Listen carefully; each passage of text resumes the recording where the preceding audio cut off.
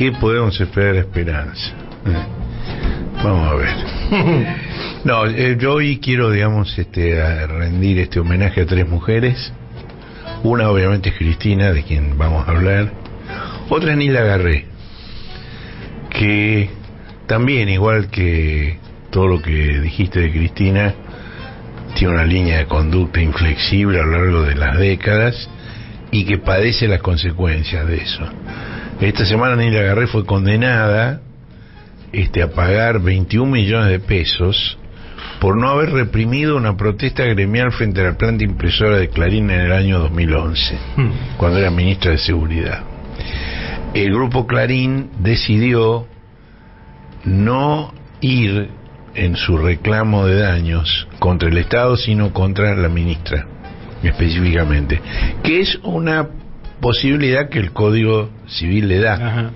Es decir, el agraviado, el dañado puede elegir contra quién ir, y ellos eligieron maliciosamente ir contra Nilda como persona y no contra el Estado. No contra el Estado, sino exacto. Y bueno, ella fue absuelta en primera instancia, pero en la apelación la Cámara, presidida por Jorge Morán fue secretario penal de la Corte de la mayoría automática menemista en la Corte Suprema, a la cual fue llevado por el supernumerario del Opus Dei Antonio Bogliano, y tiene una serie de fallos muy reaccionarios, como camarista. Bueno, él es el que redactó el fallo revocando la absolución. Nilda había sido absuelta primero en la causa penal, porque Clarín hizo... No fue Clarín que hizo la denuncia penal. La denuncia penal la hizo un empresario y había sido absuelta en la causa penal, y en la causa civil también, pero en la apelación Morán dio vuelta a esto. Bueno, Nilda fue una de las personas que el 17 de noviembre del año 72 acompañaron a Perón en el regreso a Argentina en el famoso charter.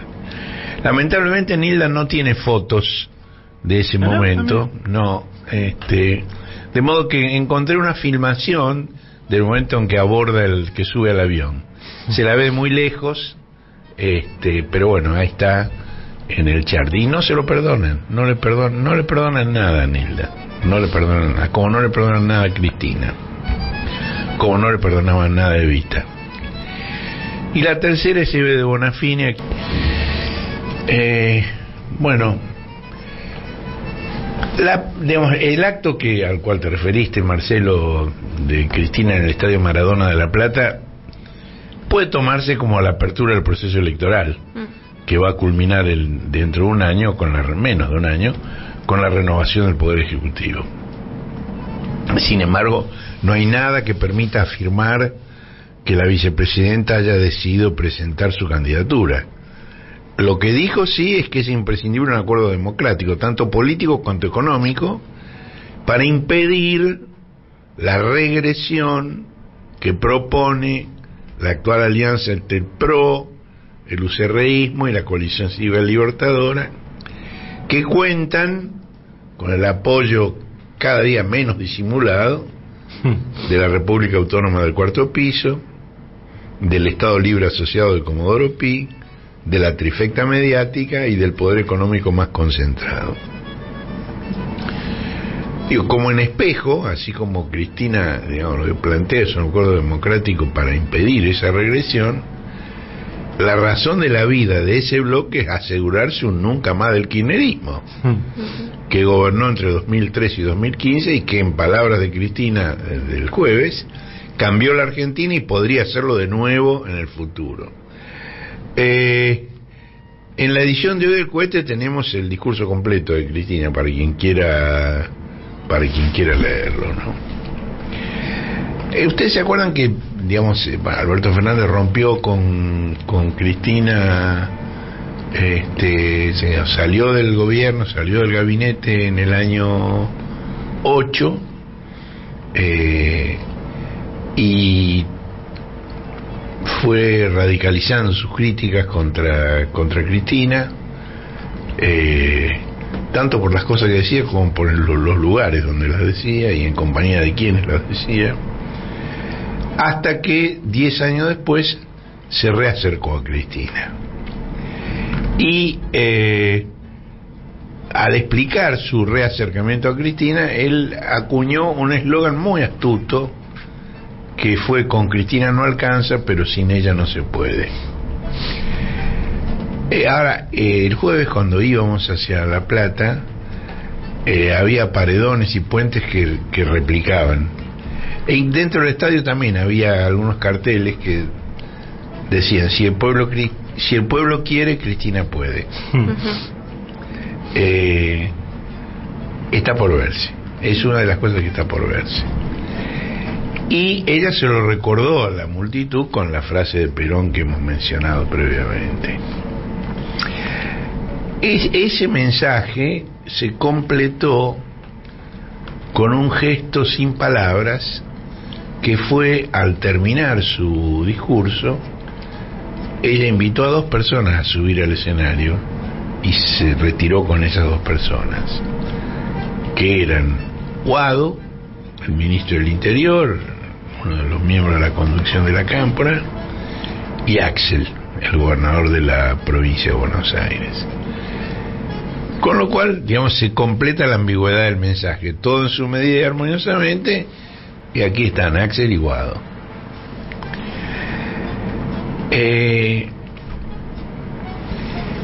Las definiciones que hizo Cristina en el discurso, y sobre el cual hay varias notas en la edición de hoy del Cohete que hablan de esas definiciones, que las enumeran, que las analizan. Es muy interesante el artículo de Diego Stulbark al respecto. Está también el de Guillermo Biersba. Aronskin. Sí, Aronskin sí, aunque no es el centro del artículo de Ricardo, ¿no? Pero esta definición de Cristina en el cincuentenario del regreso de Perón a la Argentina realmente elevaron el nivel del debate político, que está hundido en una cloaca. Y está hundido en una cloaca por varias cosas. Por ejemplo, voy a poner algunos ejemplos. La pretensión de Ricardo Lorenzetti de equiparar el juicio de 1985 con el hostigamiento actual a Cristina, sin pruebas de que haya cometido algún delito. Y esto, bueno, quedó de manifiesto nuevamente en forma estridente la semana pasada, cuando el fiscal Diego Luciani dijo que no iba a replicar los alegatos de ninguno de los acusados en la causa Vialidad. No iba a replicar porque no tenía cómo replicar, porque le demolieron su show mediático de una manera impresionante. La defensa de Cristina, Carlos Beraldi, fue, y está en internet, la podés ver capítulo por capítulo, acusación por acusación, como con hechos demuele toda la acusación. Ahora, a pesar de eso, en la edición de ayer del diario La Nación, la tapa del diario La Nación dice que Cristina va a ser condenada en los primeros días de diciembre. La Nación ya sabe que va a ser condenada. Esto es una constante de estos años. Otra sumersión en la cloaca fueron los comentarios de Mauricio Macri sobre la imaginaria superior racial de Alemania. A mí, digo, esa frase de Macri de que no se puede descartar a Alemania en el Mundial porque es una raza superior, me impresionó mucho, pero te diría que más me impresionó el descargo posterior, cuando dijo: no, me refería al fútbol nada más. Se refería al fútbol nada más, por favor. Otro elemento es la denigración de la democracia de Luis Juez, que dijo que no le mejoró la vida a nadie, y su reivindicación de la dictadura, digo, porque una vez que todo el mundo le saltó al yugular por esa barbaridad que había dicho, incluso en el momento en que la dijo, quien le contestó fue Pilar Rahola, que es una política y escritora española que empezó en alguna de las variantes del socialismo y terminó en Hay que hacer un gran esfuerzo para quedar a la derecha de Pilar Rahola. Pilar Rahola le paró el carro y le dijo, con la democracia la diferencia es que te matan o vivís, ¿no? Que fue parecido a lo que dijo Cristina después, ¿no? Ahora, Juez no intentó lo de Macri de hacer una retractación, ni siquiera una retractación berreta como la de Macri, sino que dobló la apuesta y dijo que la dictadura fue un modelo de absoluto acatamiento a las órdenes de la justicia, y no se logró mejor ejemplo que la libertad del periodista Jacobo Timerman. Bueno, el hijo de Timerman, Javier, el único de los 3 hijos de Timerman que vive, le recordó que Timerman no fue liberado como ordenó la Corte Suprema y como Juez supone que ocurrió, sino que fue expulsado del país, le confiscaron sus bienes y se le quitó la ciudadanía argentina. Equiparar eso con libertad, la libertad según Juez. Y otra cosa de la cloaca es la estulticia de la ministra de Trabajo, Raquel Kirchner, para quien es más importante un trofeo deportivo que el descenso de la inflación que está destrozando el poder adquisitivo del salario. Ahora, a mí me dio una cosa que me llamó la atención, me pareció un elemento de reflexión, es que esa idea de Macri tiene amplia aceptación en un sector social de altos recursos, que es el sector del que proviene la hinchada futbolística que pudo viajar a Qatar.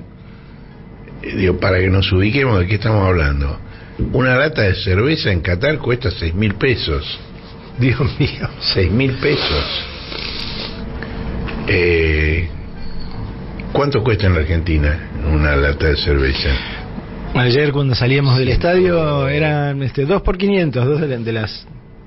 Lo dijiste parecido al cantito. De las grandes, la de 3 cuartos. 2 por 500. 2 por 500. Birra. Fría. Es decir, 250 por un lado, 6.000 por el otro. Exacto. Digo, para medir, quién es esa hinchada, ¿no? Uh-huh. Que hostigaban a los jugadores de Francia con un argumento parecido al que usaba Jean-Marie Le Pen, el paracaidista fundador del partido de ultraderecha de Francia, que decía que ese seleccionado no representaba a Francia porque había muchos negros, ¿no? En esa época se decía negros. Y estos hinchas argentinos le apuntaban sobre todo al compañero de Messi en el Paris Saint-Germain, Kylian Mbappé, en un cantito que no le faltaba nada. Por un lado lo llamaban Cometraba, porque hay una versión de que Mbappé tiene una relación con una modelo trans, y por otro lado el tema racista, le cantaban tu vieja nigeriana, tu viejo de Camerún, y respecto del conjunto del equipo juegan en Francia pero son todos de Angola, cosa que digamos está pasando en muchos equipos europeos. Es posible que Francia sea el más marcado, pero hay jugadores de origen afrodescendientes en la nacional de Inglaterra, en la de Italia, en la de Suiza, en la de Alemania, y seguramente en otras también que no tengo presente en este momento. Ahora, si bien esa frase racista de Macri expresa a ese sector social, es muy dudoso que le sirva para traer votos, pues para obtener votos hay que pescar en el 95% restante de la población, no en el 5% que puede pagar 6 lucas una lata de cerveza. Y esa es la idea central del mensaje de Cristina, que es un mensaje tan peronista como se puede ser. Ahora, del peronismo realmente existente, no de las construcciones mitopédicas, de los mitos que se han construido en torno al peronismo. Es decir, Perón llegó a la presidencia En el 46, como parte de un frente de 3 fuerzas. Ahí estaban bueno, eran fuerzas que habían participado en la movilización del 17 de octubre del 45, ¿no? Digo, sí, está el Partido Laborista, formado por dirigentes sindicales anarquistas y socialistas como Cipriano Reyes y Luis Gay. La Unión Cívica Radical. En esa época te podías llamar Luis Gay. No te cancelaban. No se usaba, claro, no era una palabra que circulase para definir lo que hoy define. No, además lo llamaban gay, ¿no? También la Unión Cívica Radical, ¿no? La Junta Renovadora, que era una disidencia del radicalismo. Y uno de sus dirigentes fue el compañero de Ford, fue el vice de Perón. Hortensio Quijano. Otro dirigente de esa Junta Renovadora del radicalismo era Juan Isaac Cook, el padre de John William Mirá, Cook. Yo no sabía eso, que el padre de Cook era radical. Sí, radical irigoyenista. Y también estaba en ese grupo Vicente Leónides Sadi. Y ahí tenemos una foto. Lamentablemente se ha muerto mucha de la gente que podía ayudar a identificar a toda la gente que hay en la foto. Está Perón con Quijano saliendo del Congreso después de jurar, y entre ellos, muy sonriente, está Sadi. Justamente. Pero no logro identificar al resto. ¿Y la última de las fuerzas cuál era?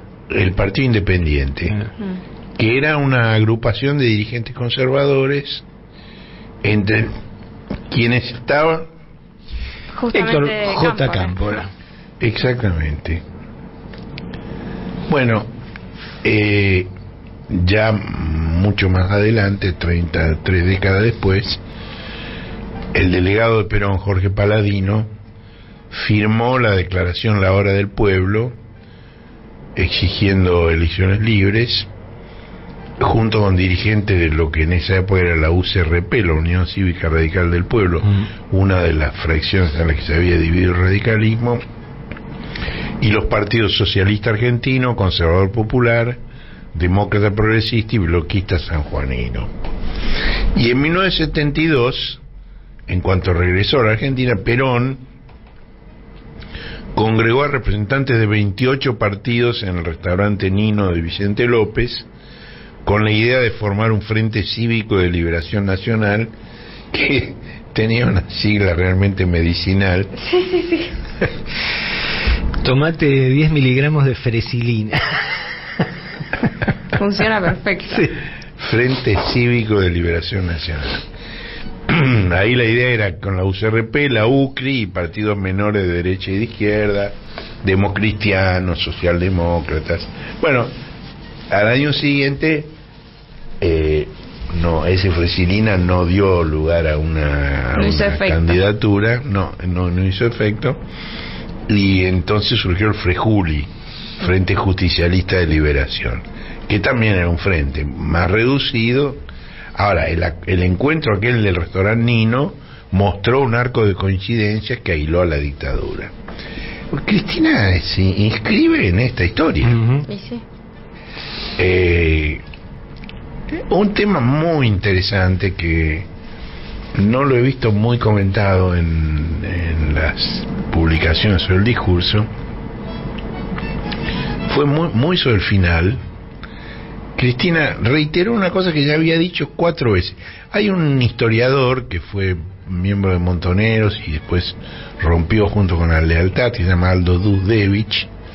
Él ha hecho una recopilación de las veces que Cristina lo ha dicho. Lo dijo en una entrevista con Filmus en el año 10, en un diálogo con Hernán Brienza en el 2013, en un patio con la Cámpora en la Casa Rosada en el 14, y en su discurso de las flores el año pasado. Y lo dijo el jueves en La Plata. Dijo que en el desencuentro trágico entre Perón y los jóvenes, tanto ella como Néstor nos quedamos junto a Perón respetando su conducción, pero no porque nos pareciera infalible, era porque el pueblo lo había puesto en ese lugar y nosotros habíamos logrado acercarnos a la sociedad y a la gente haciéndonos cargo de esa historia. Esto era claramente un estilete a Patricia Bullrich, que Patricia Bullrich sí fue montonera. Y hoy se propone como la opción del orden represivo. Pero también para el subeditor general de Clarín, Ricardo Roa, quien pocas horas antes del acto escribió una frase increíble. Dijo que Cristina ha vuelto a ser peronista y vuelve a los 70 para encontrar legitimidad moral y política en la militancia de esos años. Pero, dice Roa, la foto del retorno con Rucci y el paraguas es incómoda para la cámpora porque recuerda que a Rucci lo mataron los montoneros. Roa ni siquiera se molesta en explicar de dónde surge esa identidad entre montoneros y la cámpora. Es decir, ¿por qué tendría que ser incómodo para la cámpora la foto? Digo, esta es una creación flagrante de imágenes falsas contra una organización cuya única relación con la violencia es padecerla, a través de ataques a sus locales, a sus militantes, y cuya culminación fue la tentativa de matar a Cristina hace apenas 80 días. Ahora, respecto a estas veces anteriores que recopiló Aldo Dusdevich, Cristina agregó esta vez un párrafo que yo no recuerdo de las veces anteriores. Dusdevich podrá decir si lo dijo o no lo dijo, yo recién lo registré esta vez, que me parece muy importante porque me parece que es imprescindible para que este relato muy sincero de una opción desgarradora, para que esto no alimente la renacida teoría de los dos demonios. Y Cristina dijo, y voy a citar textualmente: no es lo mismo equivocarse, cuando uno se equivoca es la propia vida y el propio cuero el que expone, que los dirigentes políticos que se equivocan con el dolor del pueblo y la miseria del pueblo y nunca pagan nada. Ojo, no es lo mismo. No es lo mismo tener errores y haber perdido la vida por haber jugado un proyecto político que provocar dolor sin hacerse cargo. Y ahí vino el remate. Este fue el párrafo inmediatamente anterior a aquel en el que propuso homenajear a los que de un lado u otro ya no están, convirtiendo el 17 de noviembre en el Día del Militante por la Argentina. La Argentina necesita militantes de ningún partido político, sino de la Argentina, de su pueblo, de sus trabajadores, de sus científicos, de sus intelectuales. Bueno, esto, digamos, a mí me parece una bella quimera, porque si del otro lado de la grieta alguien da un paso para dialogar con el peronismo como ella pidió, corre el riesgo de que los tiburones le arranquen la pierna en cuanto dé el paso. Y yo me pregunto, ¿dónde están los Quijano, los Cámpara, los Balbín, los Allende, los Aullero, los Esteve Boero, con quienes compartir la mesa? Esa mesa a la cual Cristina invita. Y la verdad es, yo hasta ahora no los veo, pero bueno, está por verse, ¿no? Otro tema, digamos, muy importante de la semana ha sido el tema del Consejo de la Magistratura. Digamos, Rosati, Rosenkrantz y Maqueda, desde la Corte Suprema, legislaron sobre la composición del Consejo de la Magistratura, entrometiéndose en la esfera que la Constitución reserva al Poder Legislativo. Y esto la propia Corte Suprema lo reconoció hace apenas 2 años, cuando Cristina les hizo una consulta sobre el tema de la presencialidad de las sesiones, si podía haber sesiones remotas o tenían que ser presenciales. Y la Corte ahí dijo, el reglamento de la Cámara lo maneja la Cámara, la Corte no tiene nada que opinar en ese punto. Es una facultad que no... Es decir, los 3 poderes, ¿no? Así es. Es básico. Pero bueno, la misma Corte, eso es lo que estamos diciendo, es eso. Corte. La misma Corte que hace 2 años, en el contexto de la pandemia, dijo una cosa, ahora dice exactamente la contraria. Y en diciembre del año pasado, esa mayoría de 3 de la Corte decidió la inconstitucionalidad de una ley que tenía 15 años de vigencia, la ley de la Constitución del Consejo de la Magistratura. Pero no solo eso, ya es extravagante declarar inconstitucional la ley luego de 15 años de vigencia, y no en un tema tan afín y tan próximo a la Corte Suprema como es el funcionamiento de la justicia. Vos decís, bueno, puede ser un tema que nunca les pasó por la mente, jamás nadie les planteó el tema y no es un tema que conozcan mucho, pero no, este es el tema que les concierne en forma directa. Repusieron la vigencia de la ley anterior, que el Congreso había derogado hacía 15 años. Es decir, es la Corte legislando. Bueno, en ese momento Lorenzetti votó una disidencia y les dijo con bastante ironía justamente que la Corte no puede legislar, la Corte no puede sancionar una ley ni poner en vigencia una ley derogada. Ahora, y en consecuencia, ahora, esta vez que la Corte, en función de aquella resolución de diciembre del 21, dispuso que no tenía que ser Martín Doñate, sino Luis Juez, el representante del tercer bloque del Senado en el Consejo de Magistratura, Lorenzetti no votó directamente. No volvió a hacer una disidencia, pero directamente no votó. Ustedes recuerdan que el bloque del Frente de Todos en el Senado se dividió en el Frente Nacional y Popular, que era el más numeroso, y Unidad Ciudadana, que era el segundo bloque del Senado, con lo cual es decir, el Senado tiene 4 representantes en el Consejo de la Magistratura, de acuerdo a la ley legislada por la Corte Suprema. 2 por el bloque más numeroso y 1 por los 2 bloques siguientes, por cada uno de los 2 bloques siguientes. Que yo me abstengo de llamarlo mayoría porque no es necesariamente mayoría, es el más numeroso. Bueno, el más numeroso es el Frente Nacional y Popular, que manda 2 representantes, que son Mariano Recalde y Pilati de Vergara. La Unidad Ciudadana es el segundo bloque más numeroso y manda a Martín Doñate, y el radicalismo es la siguiente y manda al senador Veschi,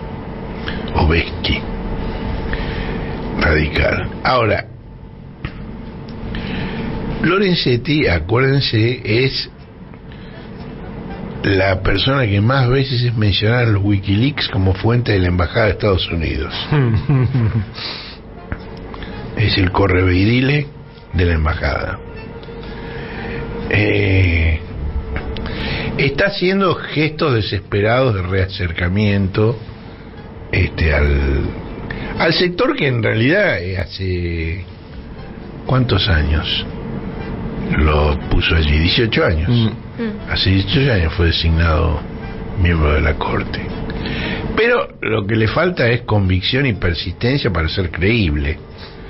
Y como les decía antes, en el homenaje a los jueces que en el 85 condenaron a Videla, parangonó aquel juicio con los que hoy se siguen por la presunta corrupción que se le enrostra a la democracia postdictatorial y fundamentalmente que procuran prohibir que Cristina ejerza cargos públicos.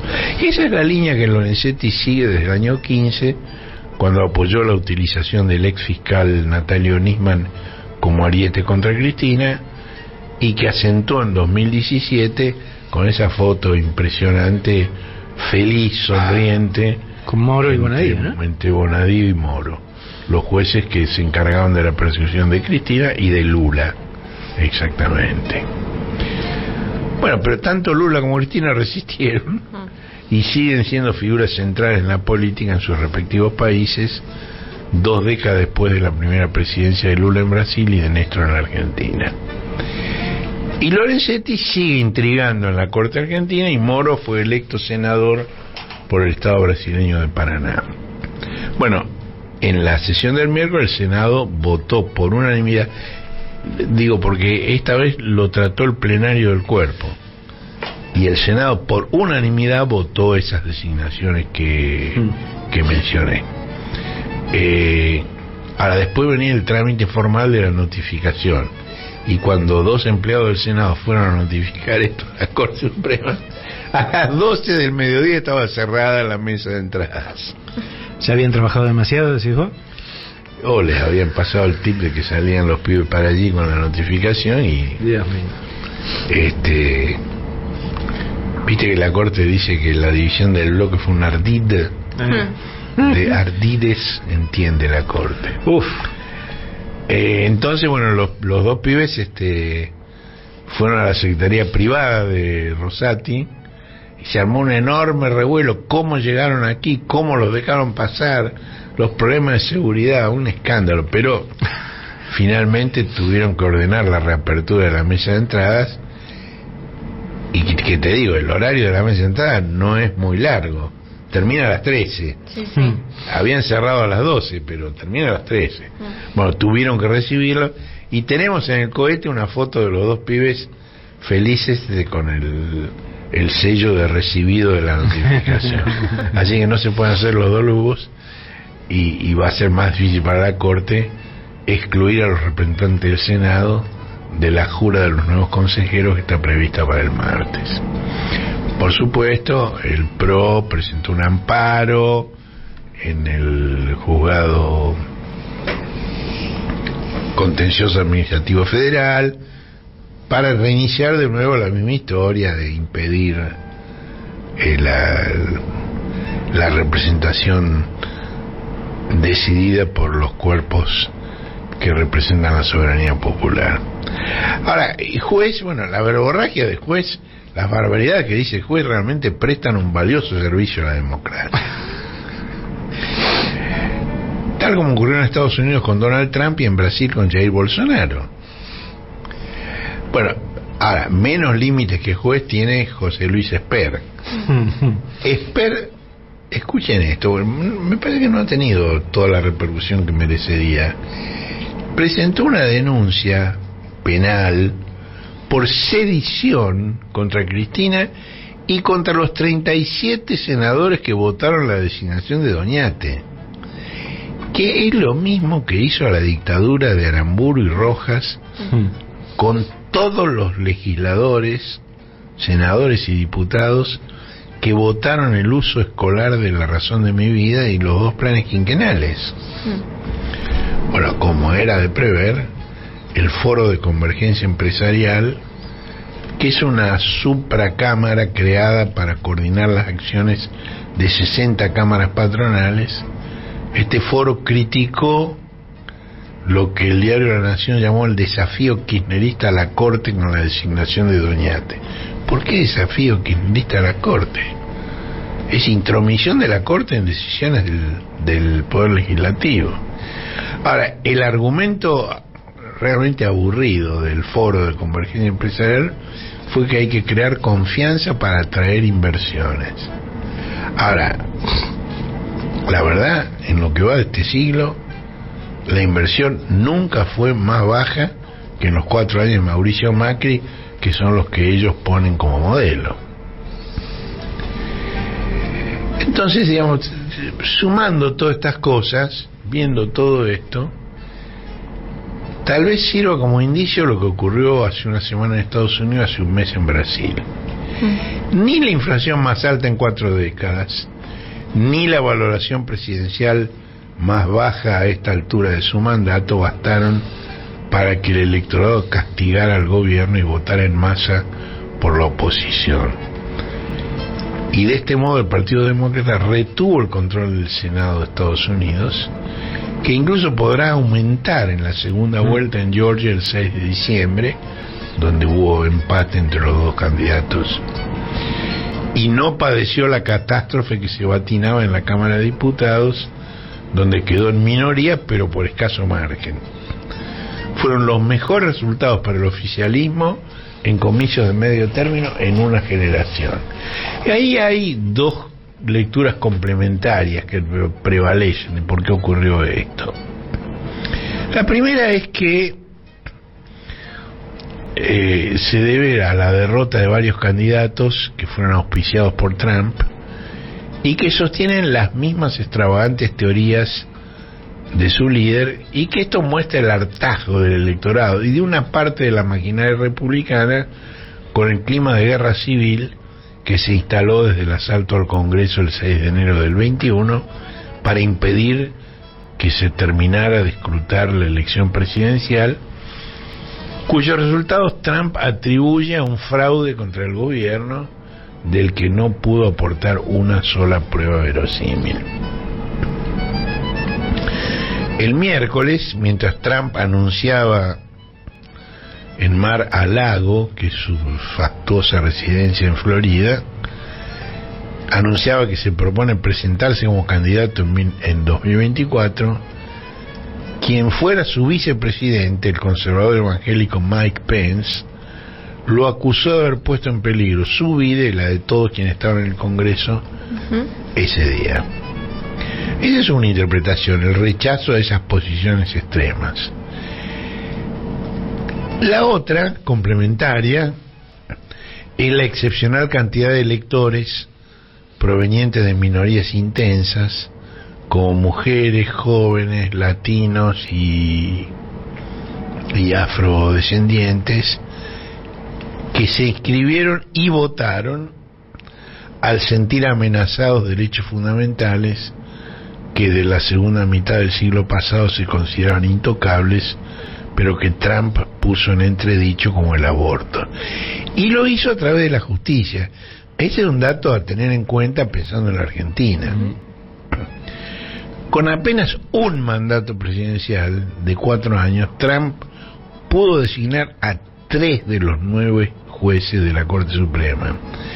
Y siguió en esto los lineamientos de una asociación libertaria que se llama el Federalista, que está organizada desde hace 2 décadas justamente con la intención de modificar la legislación a través de fallos judiciales, y que han puesto muchísima guita en apoyo de determinados candidatos en distintos estados, con la mira en ir modificando la composición de los tribunales en distintos lugares del país, que finalmente han tenido éxito, pues han logrado meter 3 nuevos jueces en la Corte Suprema.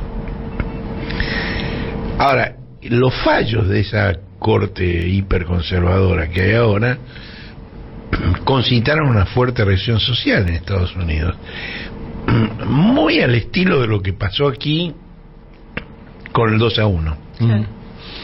2-1. Bueno, mientras en la Argentina se discute la conveniencia de suspender las primarias, en Estados Unidos los demócratas las usaron de una forma no convencional. Hicieron lo contrario de lo que se espera. Y vos esperás que una agrupación, un partido, apoye en una elección a aquellos que expresan posiciones afines con las propias. Ellos hicieron lo contrario. Decidieron apoyar con guita y organización a los candidatos republicanos más extremos, con la hipótesis de que sería más fácil batirlos en las generales. Y así fue, así ocurrió. Ahora, esta es una jugada muy arriesgada, digamos, en la Argentina. Claro. En la Argentina, Alfonsín apostó por Menem contra Cafiero porque creía que ganarle a Menem era más fácil, y así le fue. Eso ya lo hemos visto, ¿no? Pero bueno, en Estados Unidos funcionó de esa manera, porque claro, digamos, los supremacistas, los negacionistas norteamericanos, los guardianes del juramento, etcétera, etcétera, son tan extremos como aquí. Yo qué sé, Milei parece un muchacho bien educado al lado de estos tipos, ¿no? Sí, sí. Hay una serie que no sé si la hemos mencionado, se llama The Loudest Voice, la voz más poderosa, más fuerte. Está muy bien hecha, que muestra el rol de la cadena Fox News del australiano Rupert Murdoch en el ascenso de Trump que le permitió alcanzar la presidencia en 2016. Pero esta ya es historia vieja. Esta vez nadie transmitió completo el anuncio de Trump sobre su nueva candidatura. Y Fox News entrevistó a varios dirigentes republicanos que atribuyeron a Trump la derrota en varios comicios clave, mientras el videograph indicaba textual que los demócratas ven a Trump como el candidato más fácil de vencer. Bueno, Trump está más exasperado que nunca, lo cual ya es decir, porque por Dios, lo suyo es la exasperación. Acusó a los judíos de votar en masa por los demócratas y dijo: esto no es bueno para Israel. En Israel, una ultraderecha fascista financiada por la misma gente que financió las campañas de Trump en el pasado y que ha estado muy en contacto con el macrismo y que financió también al fiscal Nisman en la Argentina, el hipermillonario Sheldon Adelson, cuya viuda Miriam ahora maneja una de las más grandes fortunas del mundo. Volvió al poder Netanyahu de esta manera, el amigo de Macri. Ahora, también los medios gráficos de Murdoch ridiculizaron la pretensión de Trump. Murdoch tiene, digamos, aparte, para los que se quejaban de la ley argentina audiovisual, Murdoch tiene la señal de noticias de cable más importante que Fox, pero además tiene el diario de negocios Wall Street Journal y además tiene el tabloide sensacionalista New York Post, que es un diario que está a mitad de camino, digamos, entre Clarín y Crónica.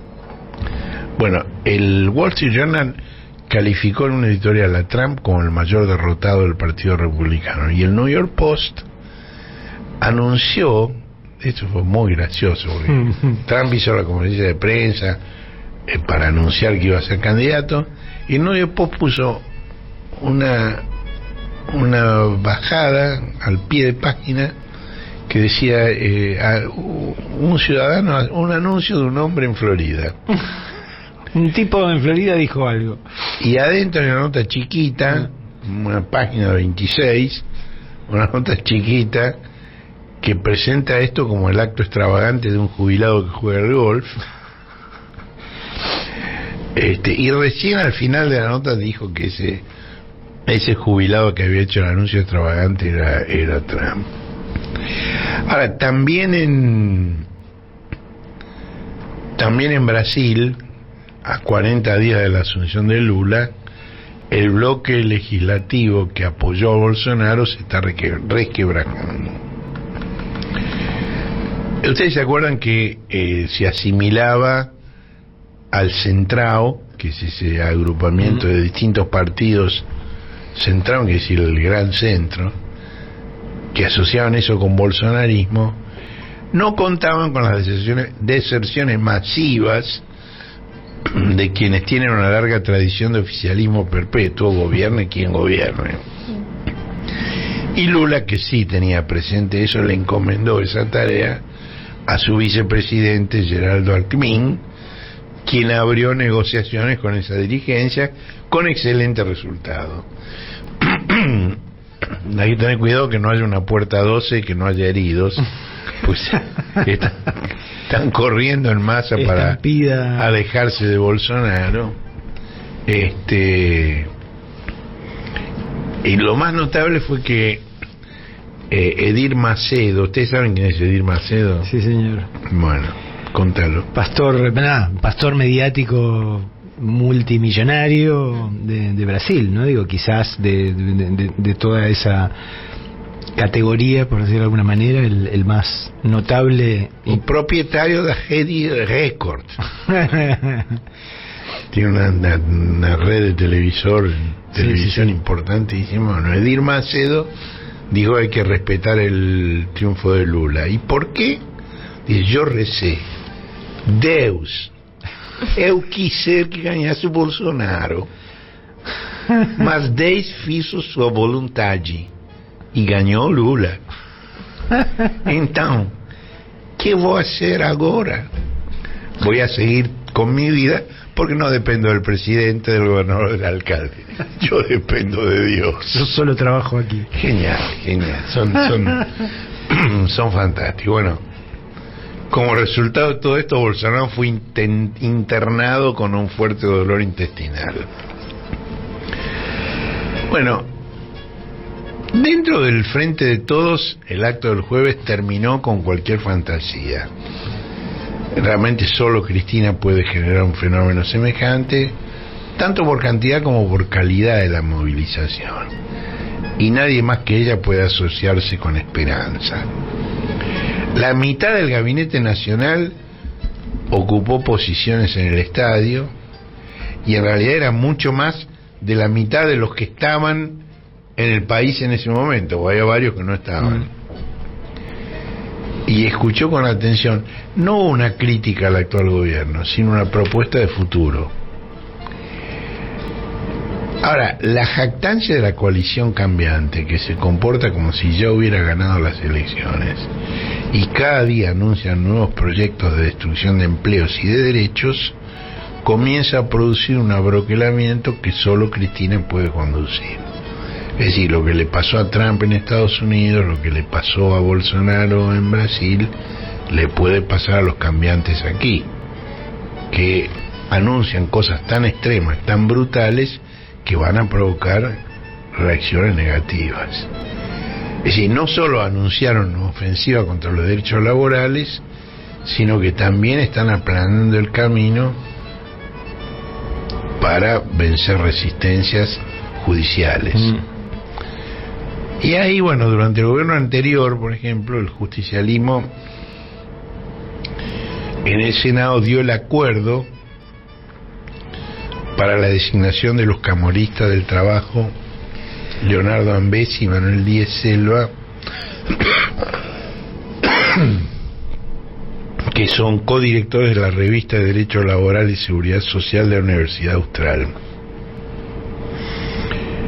Y bueno, además de colocar en el fuero jueces que respondan a grandes empresas y estudios, y de propugnar la anulación de los concursos donde los resultados no satisfacen los planes patronales, como contó en el cohete Jorge Elbon, el próximo paso es vaciar de competencia al fuero laboral, transfiriéndolo a la ciudad autónoma. Y además están estos fallos como el que mencionábamos previamente contra Neil Lagarre. Yo no sé si en el actual oficialismo hay clara conciencia de que esto se está preparando de esa manera, pero es muy importante porque el Poder Judicial es el terreno donde se validan o se invalidan ese tipo de decisiones, y me parece que es una de las cosas que hay que estar atento en lo que queda, digamos, del actual mandato presidencial. El cohete a la luna radio. Un desplazamiento estelar con Horacio Berbitsky, Manuela Iriani y Marcelo Figueras. Domingos de 9 a 11 por la 530.